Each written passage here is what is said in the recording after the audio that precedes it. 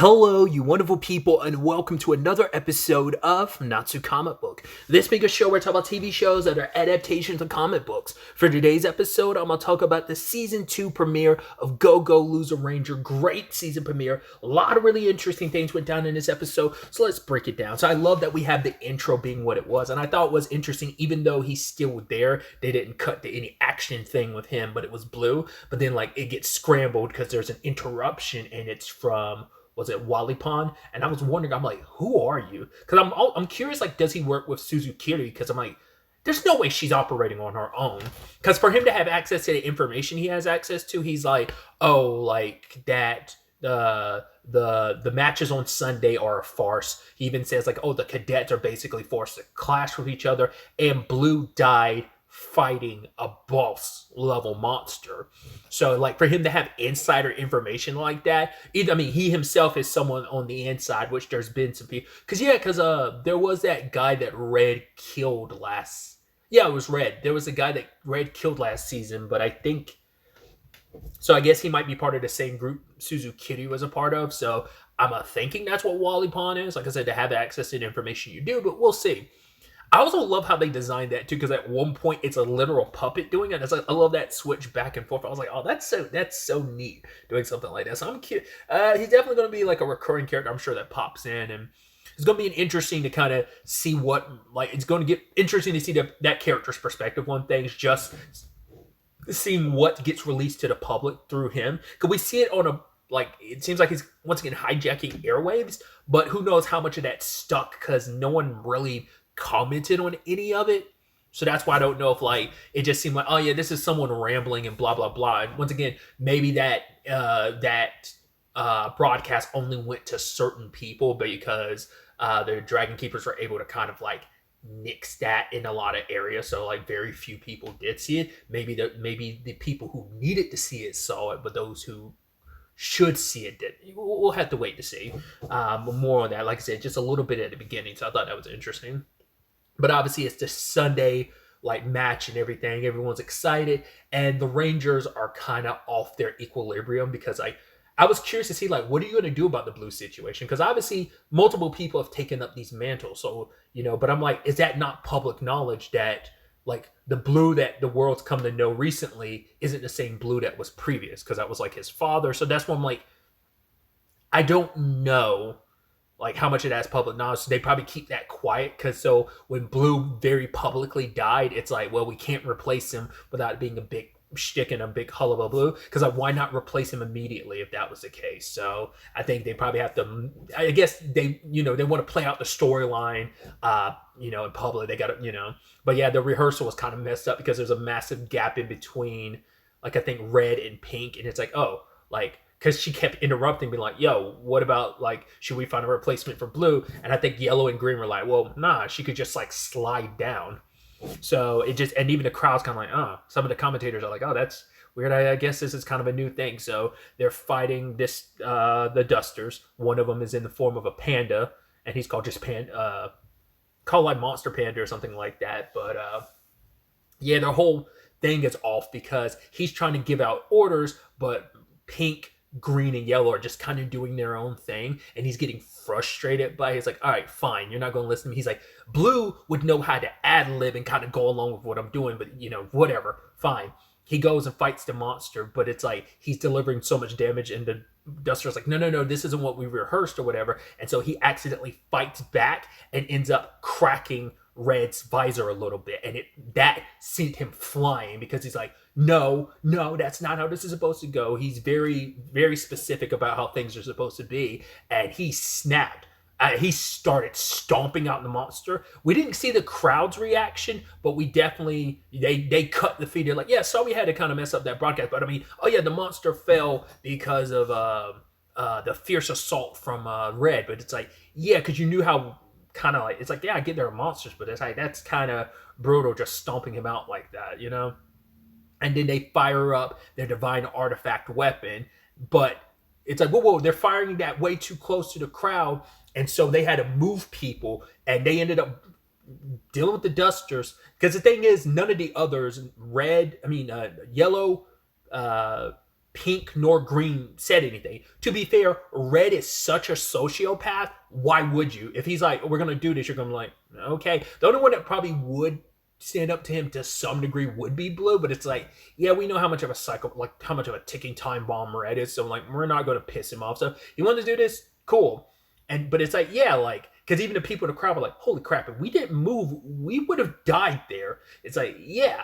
So that mask is slipping more and more. I think he's just frustrated because it's such a well-oiled machine, and now it's like that mask is slipping a little bit more in public because he's just like, he's frustrated by things not going his way because he's very meticulous, because it's all meant to make him look better. The Rangers are just an extension of himself. It's like, no, it's all about me. He's a narcissistic prick. I mean, as we already know, but even more so. And I love that with the whole thing, like, you have Fighter D laughing it up. He's like, oh, look at the Dragon Keepers, you're such a failures. But then he was thinking about the Blue of it all, because he didn't want things to go down that way with Blue. He was like, oh man, that was supposed to be like an epic fight, and then like Peltorola kind of like snuck him, you know. And it's just like, I don't appreciate that. But for him, it's like, it's not just a Dragon Keepers. He's like, I'm gonna take Peltorola down as well. So, and he solidified that last season. It's not just about the Rangers and everything and just the humans. It's also about the boss monsters too, specifically, because at the time he's believing Peltorola is the only one. We'll get to that later. So he wants to kind of, he's going to go his own way with all of this and stop, like, cut down anyone that basically gets in the way of what he wants and his ambitions and his goals. And speaking of Red continuing to just lose his shit, is oh my god, he once again the most psychotic thing where he was talking about like, oh, like was it Takeda? It could be like your new like first rank junior person, your right hand person, but he's like, nah, like that guy's too scary. He's gonna seem like a scary monster with his face. But this guy, oh god, my poor, what's his face? And then everyone's just kind of like, oh boy. And then Suzukiri laughs me like, huh, that's funny. And he's like, what the fuck you just say? What you were laughing? She's like, what you find so funny? He's like, no. He's like, no, what were you laughing about? And it just kind of puts his hand on her face. It's like, and just like, obviously like Suzukiri's just got that empty stare. But then Yellow was just like, all right, let's get back to business. It kind of like, it's interesting timing. It reminds me of slight spoilers. If you've seen season 2 of Squid Game, it kind of reminds me of the Thanos thing. My boy, what happened to my boy? It's like, did we not, what? It's kind of the same thing. I'm like, you're a sociopath being like, oh, what happened to him? Oh, it's like, yeah, he's a guy you brutally murdered last season, you know?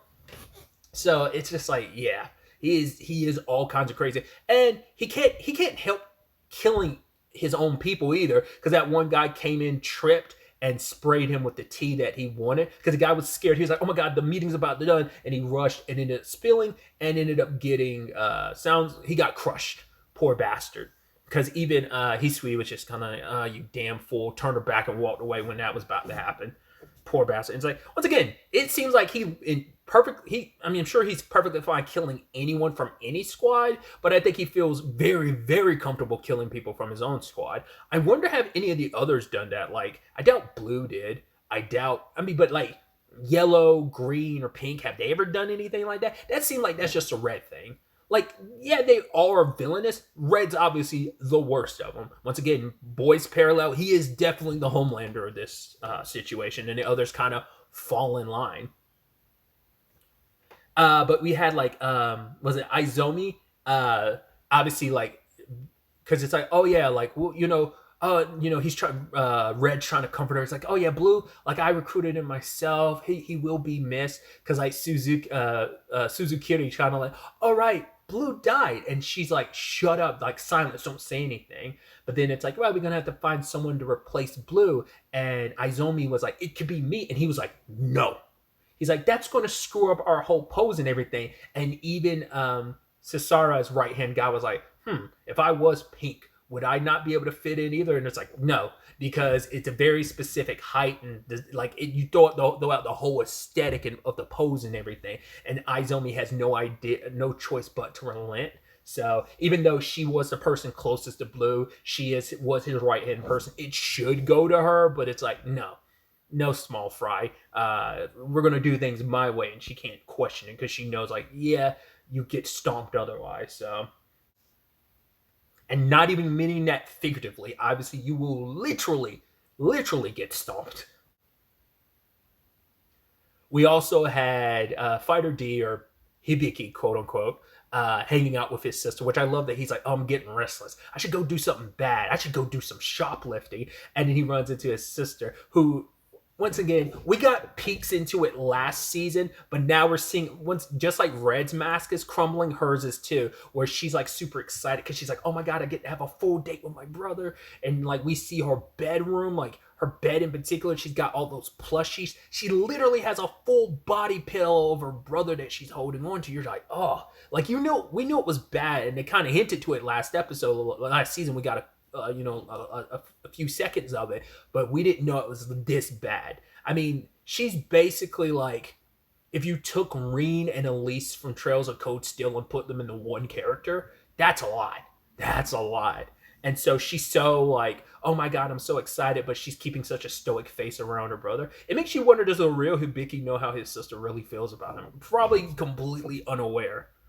I mean, I guess considering everything they went through, it kind of makes sense why she probably latches onto Hibiki like that, why he is so like important to her in that way. I'd assume, like, once again, going through all that you went through against like Petrola and everything, and surviving what you survived, like, it's understandable why like he would she would latch on to him like that. Like I said, I'm just so curious if Hibiki is aware at all. Definitely Fighter D as hell, sure as hell isn't aware, because once again, she's good at, because even at one point later on, she's got her head down because he's like talking about, yeah, like, I'm sad things played out that way. I just recognize like how weak I was. I can't do anything. And she's like, oh my God, you can make that type of expression. She's like, oh my God. And she's about to have like overload from the whole situation. And even getting excited, like, oh, what squad could you end up in? Could you end up in Pink Squad? She's like, oh my God, I could die happy. It'd be the happiest I've ever been if we ended up being in the same squad. I don't think you'd be able to get jack shit done if you were in the same squad. But I mean, to be fair, like when she's in Pink Ranger mode, she's probably like able to, I mean, hell, we even saw it, like, I mean, it still breaks down and comes out, but as long as she's by herself, it'll probably come out. But, you know, when it's time for official business, she's able to kind of rein herself back in, but still. Thought was interesting too when they had that run in with that new character Chidori, which based on the intro, it seems like he's going to be I'm curious to see how much of the other cadets we're going to see, because I didn't even think about that last season. Like, oh, when they finally passed and everything, it never crossed my mind on, oh yeah, what squad is everyone going to end up in? Because there's no way they're all going to end up in the same squad. So I just think the pairings are interesting because, like, well, I saw the trailer. It's not dubbed, or there might be a dubbed one out now, but when I was doing my watch list video, there wasn't a dubbed trailer. The only trailer I can find was like still in Japanese with no English subtitles. So obviously, I saw that he joins green, which I was like, ooh, that's interesting. Because you would kind of expect, like, would he end up in red? I think the irony would also be if he ended up in blue. That'd be interesting. But because I don't think we fully know what every squad does. We learned what green does today. We already knew like yellow was like heavily into like research and stuff. Which, once again, considering who she is and everything revolving around what she's up to, feels the perfect place for Suzukiri. But either way, they meet this guy Chidori, which is interesting. No last name, because the cops are trying to arrest him because he's suspicious. Because they brought it up on the news. They were like, oh yeah, there's been a lot of missing cases recently. I'm like, that's interesting. Because I was wondering if that would have anything to do with Petrola. Could, but most likely not, as they kind of talk about it later. But I thought it was interesting too because they brought up the conversation of like the police and the Dragon Keepers used to kind of work together, but that kind of has severely changed because obviously they've become the celebrities and the big time heroes of people. They're the ones people rely on the most, and so the police have kind of fallen to the wayside. So there is a little animosity between the Rangers and them, which it makes a lot of sense. Which kind of nice, like, background world building. I'm curious to see if there becomes more implementation of that, like the issues between police and rangers because of that. We haven't really had to deal with the whole jurisdiction issue, but that could be something we see, especially with this missing person case, that could escalate. I mean, in the long run, it's mainly going to end up being a ranger issue because they do believe a monster's responsible. because this guy Chidori has been investigating, and it's like, oh, I wonder why. Who is? Because he says like, oh, my little brother got spirited away, but then the police looked into him, and it's like the guy only has a first name. He's gotten arrested for criminal stuff, but he also doesn't have a brother. So who the hell is he, and what is that? Because even Cesara came over and was like, no, the Rangers have been investigating these missing cases. It's definitely a monster, because there was like a girl that disappeared, I think, from like a train within seconds. So, and then there's a shut-in that got kidnapped. It's like all this is happening too quickly and in places that, it wouldn't just be a normal human doing it. It has to be a monster. And initially,